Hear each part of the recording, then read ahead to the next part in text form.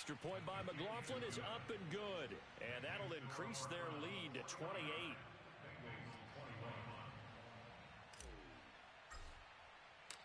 Out is the kickoff unit as they run up and send this one away. And that'll carry over the back line of the end zone for a touchback.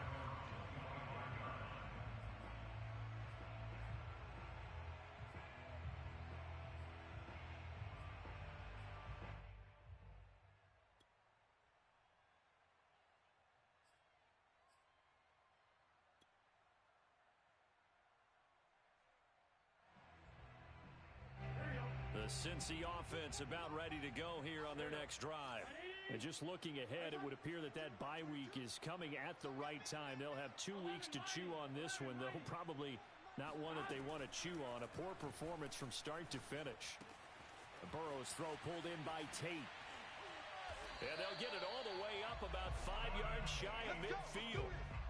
Well, this game is certainly pretty well over. They go ahead and mark it in the win column. But as a defense, they don't want to get so soft now that everybody just throws the ball all over the place against them, gets big yardage, and puts points on the board. They have pride, too, on that side of the ball. 11.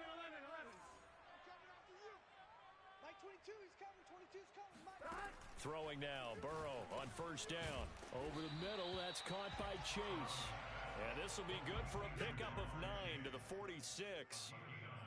One thing you're hoping for when you run drag routes, you're able to hit a receiver in stride, and he can pick up a lot of yardage after the catch. But in this situation, the defense was effective, able to stop him before he could get a good head of steam going. And he's going to be met at the line of scrimmage and taken down. Not enough there for a first. No gain, as a matter of fact. And it leaves them at 3rd and 1.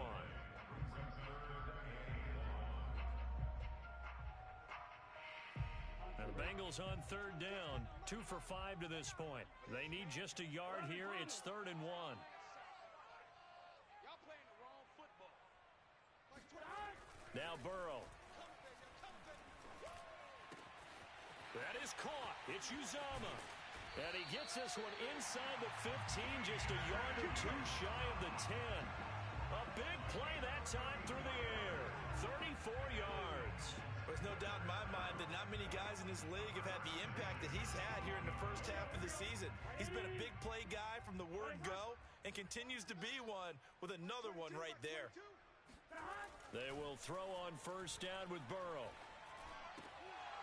And this is going to fall to the ground, incomplete. That very nearly their 4th pick of the game. Instead, 2nd down. 2nd and 10.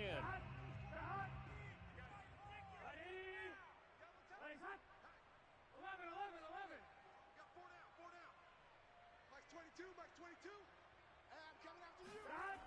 Burrow will throw. And it's intercepted at the goal line.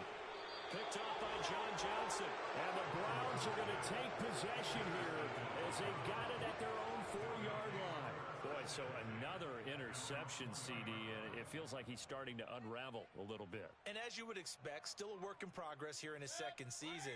He has to start ironing out some of these mistakes, though, because now his head coach, his offensive coaches, they have to evaluate whether you keep playing him and let him work through it, or you start thinking about going to his backup. No gain on the play there, 2nd down. Really shouldn't be a surprise. It's going to be hard to move people in this situation. You know they're going to bring the pressure defensively, because I remember playing in these spots, and my coaches always say, don't be afraid to try and create a safety, too. They're going to bring pressure.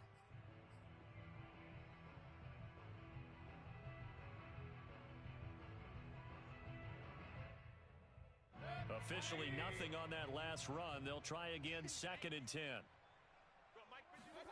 Back near his goal line. Here's Mayfield. Over the middle. That's caught by Schwartz. And they'll get him down up past the 15.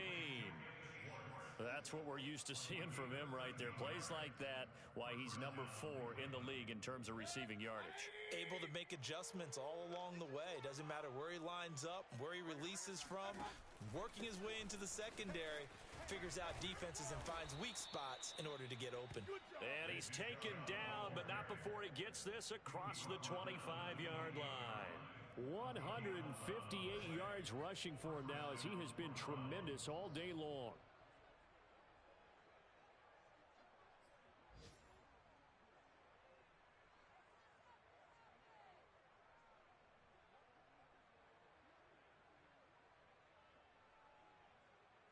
Just 2 minutes remaining here in the fourth quarter of what has been a one-sided affair.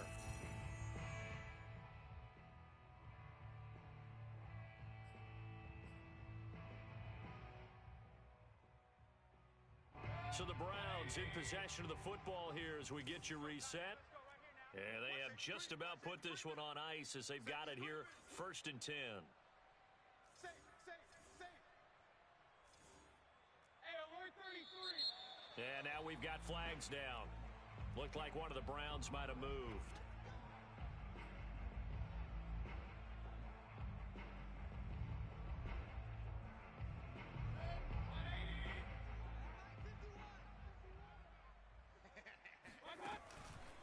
And again, it's Chubb. Room here to run. The 40, 20, 10, and they are going to score again. Yet another touchdown as they just add to their totals. So what was already a game to remember becomes even more so as that touchdown run, a lengthy one, takes him over 200 yards now for the game. And I love the fact that to get over 200, it took a pretty good sprint, didn't it? I mean, a lot of times you get 1 or 2 yards and oh, he's over 200 yards. But that really put an exclamation point on the game he's having. Fantastic. A lot of fun to watch. And this will not be returnable. It's out of the back of the end zone for a touchback.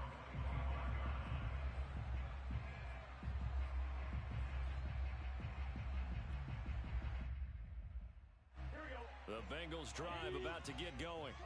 Let's just be frank. They're playing for pride at this point. That's all that's left because victory, not a chance now. And I can't wait to see how they actually go about doing it because there are a lot of people watching the body language of the guys on the field now. And if they call plays they want executed, they need to do that and do it really well. Otherwise, there could be repercussions. We'll see how they handle the waning moments of this one. 3 yards the gain there, 2nd down. He was out there waving his arms, and when you got a quarterback out of the pocket looking for any help, I guess waving the arms is helpful. It certainly is because you got to get his attention because now you're in scramble drill. So everyone's adjusting their routes, finding open space, and he found the right spot for the completion. Here's 2nd and 7 now from the 28.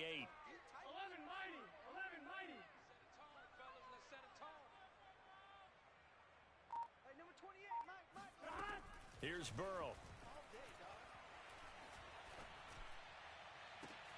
This is caught. It's Boyd. And they'll get this well past midfield before being stopped just before the 35. A big connection on that one. 36 yards. At this stage, there's nothing left to do but to keep firing. And if you're a play caller, you may go off your sheet and use some things maybe you hadn't planned to in this game. Maybe that was one of them there that worked.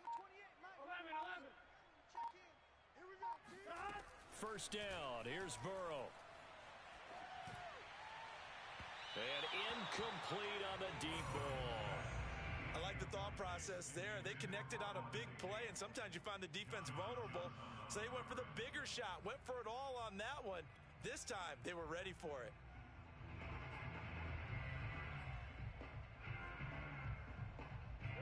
An incomplete pass on 1st down. That leads to a 2nd and 10.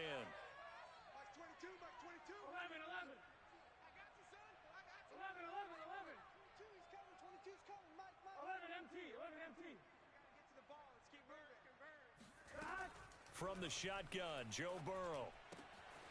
He'll find his running back, Joe Mixon. And he's taken down, but not before reaching the 10-yard line. So not quite a 1st and goal. It's 1st and 10 from the 10.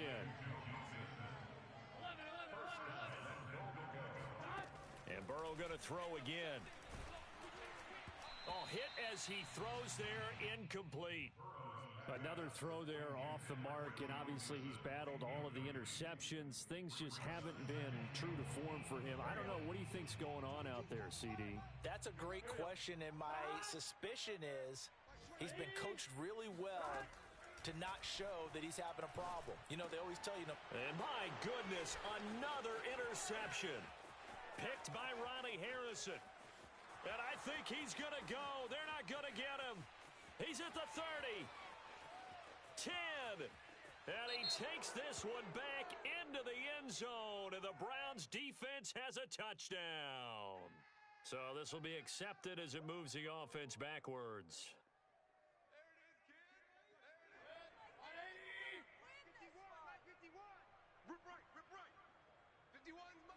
And they take a knee. Well, Charles, it's one thing to win. It's another thing to win and put up the amount of points that they did. Boy, were they clicking on offense. They can't help but feel great about themselves, can they? I mean, what a game to put up that number of points, continually feeling like they're moving the ball and things are working and clicking. They think that they can bottle this and carry it with them. And as an offensive coordinator, you just don't think you can do anything wrong. Whatever you call, run, pass,